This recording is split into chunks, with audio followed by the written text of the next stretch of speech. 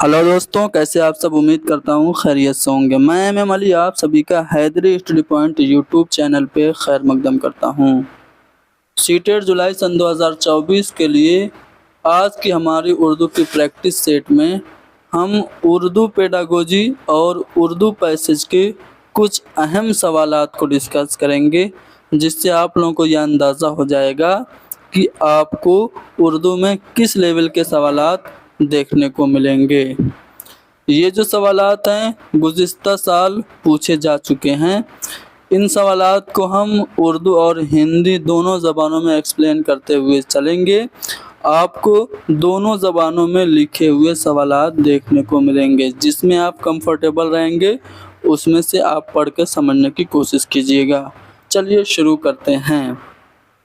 पहला जो सवाल है उसमें क्या पूछा जा रहा है, कहा जा रहा है कि एक उस्ताद दूसरी जमात के तलबा के लिए मुख्तलिफ तदरीसी आमूज़ी मवाद यानी कि TLM शिक्षण अधिगम सामग्री जुटाना चाह रहा है।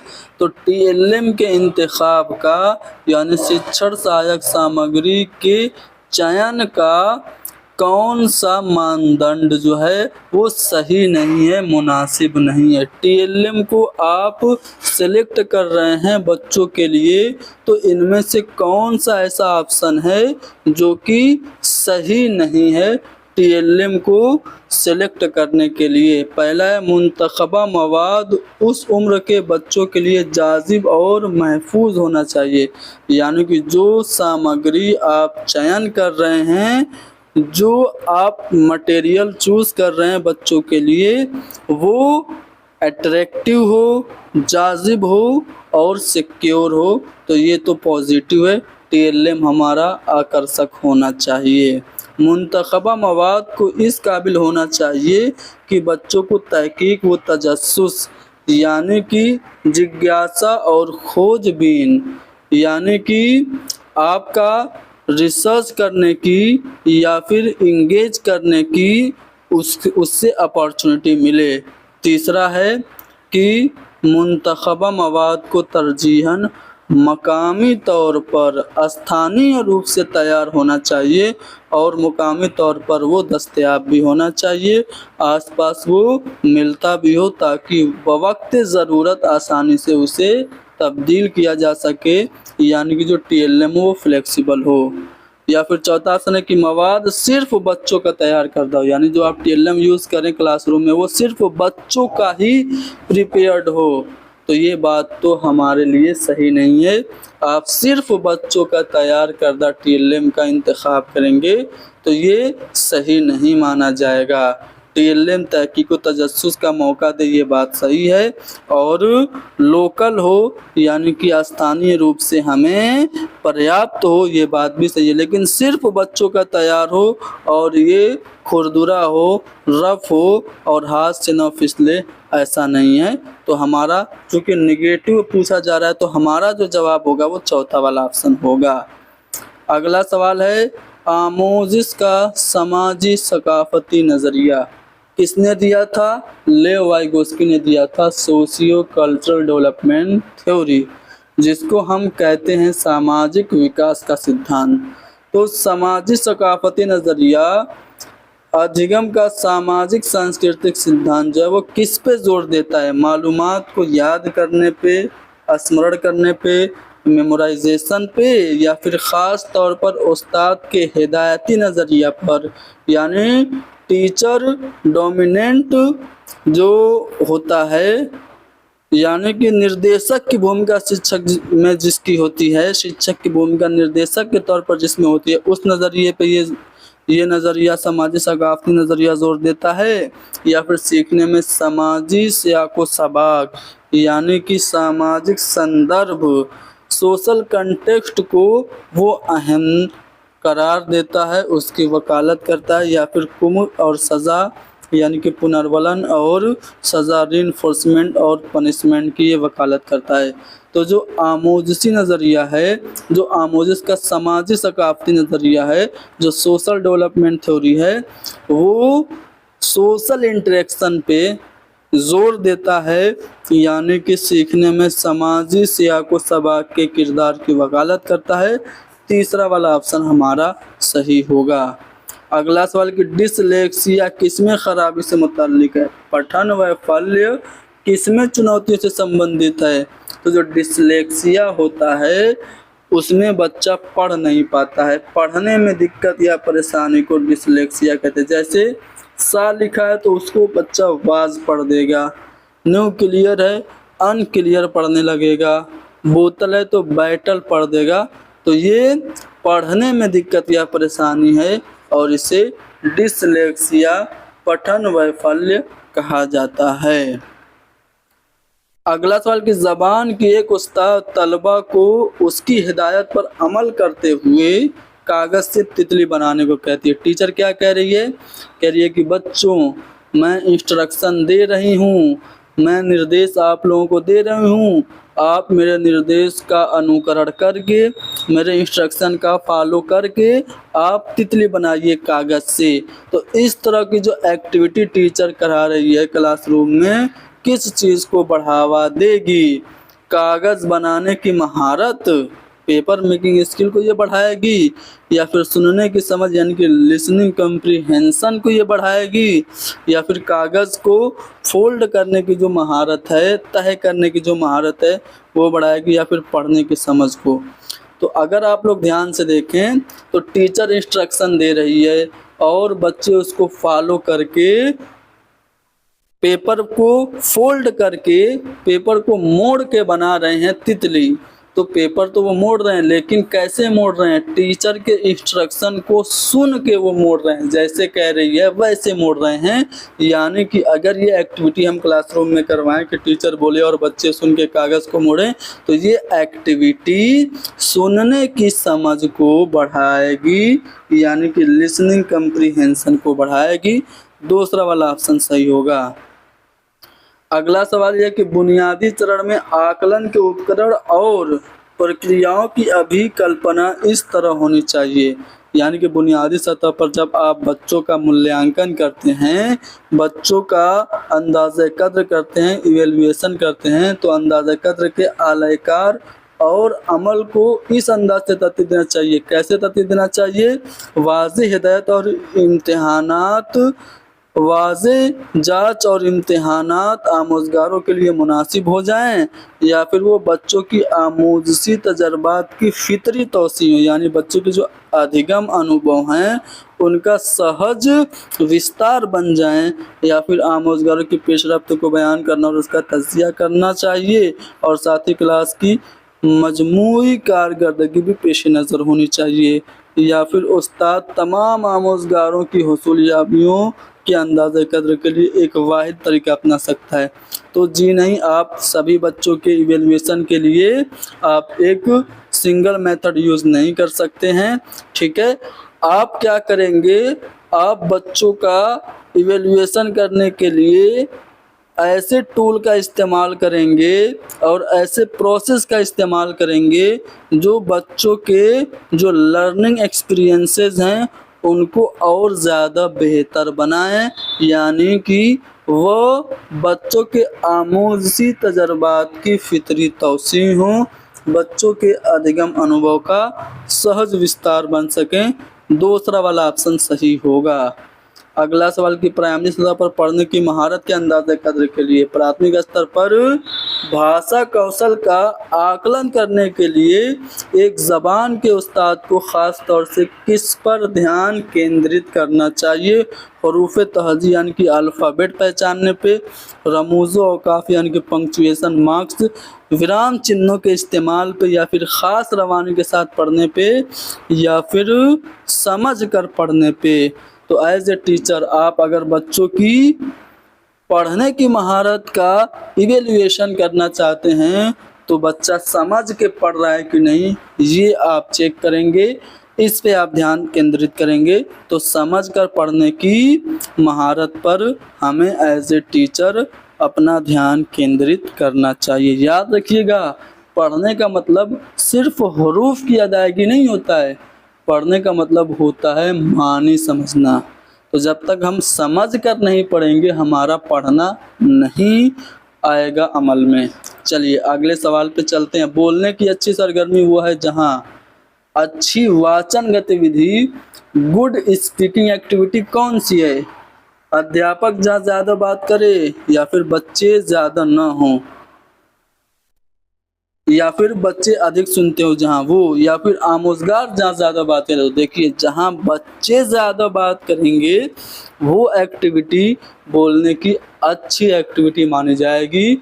बच्चे एक दूसरे से इंटरेक्शन करेंगे, अंतः क्रिया करेंगे, विचारों का आदान प्रदान करेंगे। इस तरह से रिच लिंग्विस्टिक एटमॉस्फेयर बनेगा और बच्चों की जो जबान की नशोनुमा है, भाषा विकास है, वो सुगम होगी, आसानी से हो जाएगी। तो इसलिए बोलने की अच्छी सरगर्मी वो है जहाँ आमोजगार ज़्यादा बातें करते हैं, अधिकांशतः मुखरित विद्यार्थी होते हैं, तो वो गतिविधि हमारी बोलने की अच्छी सरगर्मी कहलाती है।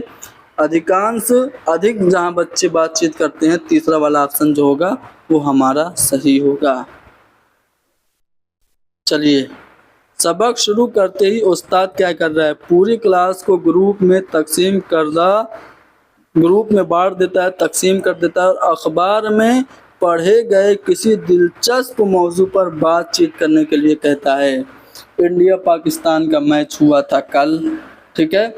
अगले दिन टीचर गया क्लासरूम में और क्लास को ग्रुप में डिवाइड कर दिया और कहा कि अखबार में तुम लोगों ने देखा इंडिया पाकिस्तान का मैच, उसमें इंडिया जीत गई। तो बताओ, अब इस टॉपिक पे आप लोग अपना डिस्कशन करो, बातचीत करो और बताओ कि कौन मैन ऑफ द मैच बना था, किसने कितना रन बनाया था, पाकिस्तान की तरफ से बेस्ट बैट्समैन कौन था, रोहित शर्मा ने कितने रन बनाए थे, विराट कोहली को किसने आउट किया था। इस तरह से अगर आप क्लासरूम में अखबार में पढ़े गए किसी टॉपिक पे बच्चों से डिस्कशन करवाते हैं, तो बोलने की ये सरगर्मी किस लिए है?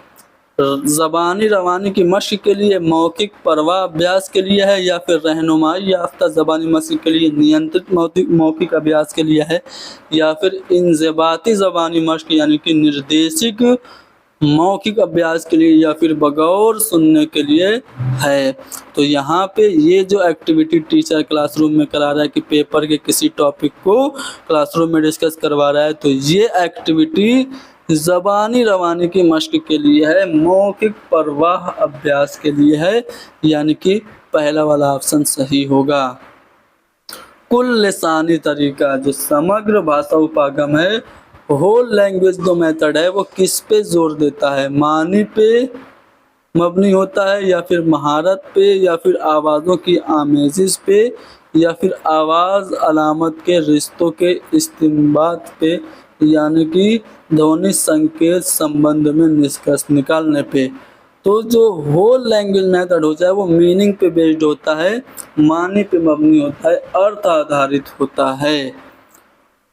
अगला सवाल है कि आमोजगार कवायद के उसूल और लफ्जियात याद कर रहे हैं और मादी ज़बान में बहुत सा काम करते हैं। ज़बान की क्लास में उस्ताद किस तरीके पे अमल कर रहा है? टीचर क्लासरूम में पढ़ा रहा है और बच्चे क्या कर रहे हैं? नियमों को, जो व्याकरण के नियम हैं, जो ग्रामर के रूल्स हैं, उनको बच्चे मेमोराइज कर रहे हैं, याद कर रहे हैं। ज़्यादातर काम बच्चे अपनी मादरी ज़बान में ही, मातृभाषा में ही कर रहे हैं, नेटिव लैंग्वेज में ही कर रहे हैं। तो ये बताइए, ये कौन सा मेथड है जो टीचर क्लासरूम में अप्लाई किया हुआ है, जिसमें बच्चे व्याकरण के नियमों को कंठस्थ करते हुए अपनी मातृभाषा का प्रयोग कर रहे हैं? तो ये हमारा व्याकरण अनुवाद विधि, यानी कि कवायद का इतलाक जो है, ग्रामर ट्रांसलेशन मेथड जो है, उसमें हम रूल्स को याद करवाते हैं और मादरी ज़बान का इस्तेमाल करते हैं। तो यहाँ पे हमारा चौथा वाला ऑप्शन सही होगा। देखिए, पहला वाला ऑप्शन सही इसलिए नहीं होगा क्योंकि डायरेक्ट मेथड में, प्रत्यक्ष विधि में हम मादरी ज़बान का इस्तेमाल नहीं करते हैं, लेकिन यहाँ पे मादरी ज़बान में बहुत सारे काम हो रहे हैं, इसलिए यहाँ पे ग्रामर ट्रांसलेशन मेथड यानी कवायद का इतलाक होगा। अगला सवाल है कि अगर बच्चे अपने इर्द गिर्द बोली जाने वाली दो ज़बानों को सुनते हैं तो इस तरह से दो ज़बानों से उनका जो तारुफ है, दो भाषाओं का उनका जो सुनने का अवसर है, ये उनके लिए नुकसानदेह होगा। इससे बच्चों को कोई फ़र्क ही नहीं पड़ेगा, कोई प्रभाव नहीं डालेगा, या फिर ये बच्चों के लिए लाभ पहुंचाएगा। तो याद रखिएगा, अगर बच्चे अपने इर्द गिर्द दो ज़बानों को सुनते हैं तो याद रखिएगा दो ज़बानों का सुनना बच्चों के लिए मुफीद होगा, क्योंकि जितनी ज़्यादा ज़बानों से बच्चे आशना होंगे उनका लैंग्वेज डेवलपमेंट उतना ही अच्छा होगा। इसलिए यहाँ पे ऑप्शन 2 जो कि तीसरी वाली जगह पे हो गया है, यहाँ पे हमारा करेक्ट होगा। ठीक है, अगला सवाल, पढ़ने की आमोजिश का एक बड़ा चैलेंज तरगीब और अच्छे अदब अतफाल को हसूल करना है। यानी कि जो पठन में चुनौतियाँ आती हैं वो ये आती हैं कि हमें अच्छा बाल साहित्य नहीं मिलता और बच्चों को प्रेरणा नहीं मिलती है, गुड चाइल्ड लिटरेचर और मोटिवेशन की कमी होती है। तो इस कमी को पूरा करने के लिए हमें क्या करना चाहिए? उस्ताद को होमवर्क के तौर पे रोज़ाना एक किताब पढ़ने की तरगीब देनी चाहिए। डेली होमवर्क के तौर पे एक किताब पढ़ने के लिए आप बच्चों से कहेंगे जी नहीं। तहरीर एक छोटी लाइब्रेरी के क़याम के लिए वालिदैन की हौसला अफजाई करेंगे, यानी कि टीचर पेरेंट्स को मोटिवेट करेगा कि आप लाइब्रेरी बनवा दो, या फिर तरगीब में और पढ़ने में दिलचस्पी पैदा करने के लिए अदब अतफाल तक बआसानी रसाई कर देंगे। जी हाँ दोस्तों, अगर आप चाहते हैं कि आपके बच्चे का पढ़ने में मन लगे, उसको पढ़ने के प्रति मोटिवेशन हो और तरगीब हो, तो आप उसे इजीली चाइल्ड लिटरेचर की किताबें प्रोवाइड कराएंगे। जैसे हमारे बचपन में एक उमंग आती थी 5 रुपए की, उस तरह की किताबें जिसमें छोटी छोटी कहानियाँ, लतीफ़े वगैरह होते हैं, उस तरह की किताबें जब हम बच्चों को दस्तयाब कराएंगे तो बच्चों में पढ़ने की आदत और तरगीब फ़रोग़ पाएगी। यानी कि तीसरा वाला ऑप्शन सही होगा। अब यहाँ पे हमने कुछ सवालात पेडागोजी के कर लिए। अब चूँकि उर्दू में पैसेज के सवालात भी आते हैं, तो पैसेज तो बहुत आसान आते हैं, फिर भी मैं एक पैसेज आप लोगों को करा देता हूँ ताकि आप लोगों को आसानी हो। देखिए, आमतौर से जब पैसेज जब बड़ा मिल जाए ना, तो आप पहले ही सवालात पढ़ लीजिए, सवालात आपके जहन में रहेंगे, फिर आप पैसेज पढ़ेंगे तो आपको आसानी होगी। चलिए मैं दिखाता हूँ। एक ज़माने में तीनों के बारे में क्या मशहूर था। अब ये 3 दोस्त हैं, उनके बारे में हम पैसेज पढ़ेंगे तो जानेंगे। अहमद ने कहाँ तक तालीम हासिल की? BA तक, इंटर तक, मैट्रिक तक, या फिर 8वीं जमात तक? पैसेज पढ़ने पे पता चलेगा। असलम ने कौन सी डिग्री हासिल की? और उसके बाद अंधेरी रात में तीनों दोस्त कहाँ बैठकर बातें कर रहे थे? तालीम हासिल करने के बाद तीनों दोस्तों की ज़िंदगी कैसी गुजर रही थी? अब देखो, पहले पैसेज न पढ़ने का बेनिफिट ये होगा कि जो क्वेश्चन वोकैबुलरी बेस्ड होते हैं उनका जवाब आप पहले ही दे पाएंगे। जैसे शुरू का मुतज़ाद क्या होगा? आखिरी हो जाएगा, और हासिल की जमा क्या हो जाएगी? हुसूल हो जाएगी। हमने पैसेज नहीं पढ़ा ना, लेकिन 2 सवालों के जवाब दे दिए। अब चलिए हम पैसेज पढ़ते हैं। रात अंधेरी थी, तमाम शहर की दुकानें बंद हो गई थी। अनवर, असलम और अहमद एक गांव के चबूतरे पर बैठे बातें कर रहे थे। अब यहाँ से एक सवाल आपको याद आया होगा कि अंधेरी रात में तीनों दोस्त कहाँ बैठकर बातें कर रहे थे? तो चबूतरे पे बैठ के बातें कर रहे थे, गांव के चबूतरे पर। लेकिन यहाँ पे दुकान का चबूतरा है, बाकी कहीं पे भी चबूतरा नहीं है, तो हम पहला वाला ऑप्शन सही मानेंगे। आगे कहा जा रहा है कि इन तीनों के बारे में ये मशहूर था कि एक ज़माने में ये प्राइमरी स्कूल के ज़हीन तालिब इल्म थे। अब देखिए, यहाँ से एक सवाल बन गया कि एक ज़माने में तीनों के बारे में क्या मशहूर था? यही ना मशहूर था कि ये तीनों प्राइमरी स्कूल के ज़हीन तालिब इल्म थे, तो दूसरा वाला ऑप्शन सही हो गया। अनवर ने तालीम का सिलसिला जारी रखा और उसने 2 साल पहले MA कर लिया था। असलम ने क्या किया था, बीए की डिग्री हासिल की थी। अब यहाँ पे आपसे पूछा गया था कि असलम ने कौन सी डिग्री हासिल की थी, तो बीए की डिग्री हासिल की थी। अहमद के बारे में भी अगर आप पढ़ेंगे तो यहाँ पे दिखेगा कि अहमद ने मैट्रिक तक तालीम हासिल की थी। अब मैट्रिक तक तालीम अहमद की हुई थी और यही आपसे पूछा जा रहा है क्वेश्चन नंबर 130 में कि अहमद ने कहाँ तक तालीम हासिल की, तो मैट्रिक तक तालीम हासिल की। अगले जो सवाल में पूछा गया है वो ये है कि तालीम के बाद तीनों की ज़िंदगी कैसे गुजर रही थी। तो अगर आप आखिरी लाइन में आखिरी हिस्सा पढ़ें तो यहाँ पे आपको मिल जाएगा, ये तीनों तालीम हासिल करने के बावजूद बेकारी के दिन गुजार रहे थे। यानी तालीम हासिल करने के बावजूद तीनों की ज़िंदगी गुजर रही थी कैसी, बेकारी की। दूसरा वाला ऑप्शन सही होगा। शुरू का मुतजाद मैंने बता दिया था आखिरी, और हासिल की जमा हुसूल। तो ये हमारा प्रैक्टिस सेट था। इसमें पिछली बार जो पेपर 1 के सवालात पूछे गए थे दूसरी लैंग्वेज में, उसमें कुछ अहम सवालात हमने कराए हैं और उसी में ये पैसेज भी कराया है। उम्मीद है कि आप लोगों को ये क्लास पसंद आई होगी। पसंद आई है तो लाइक करिए, शेयर कीजिए, हैदरी स्टडी पॉइंट को ज़रूर सब्सक्राइब कीजिए। Thank you very much.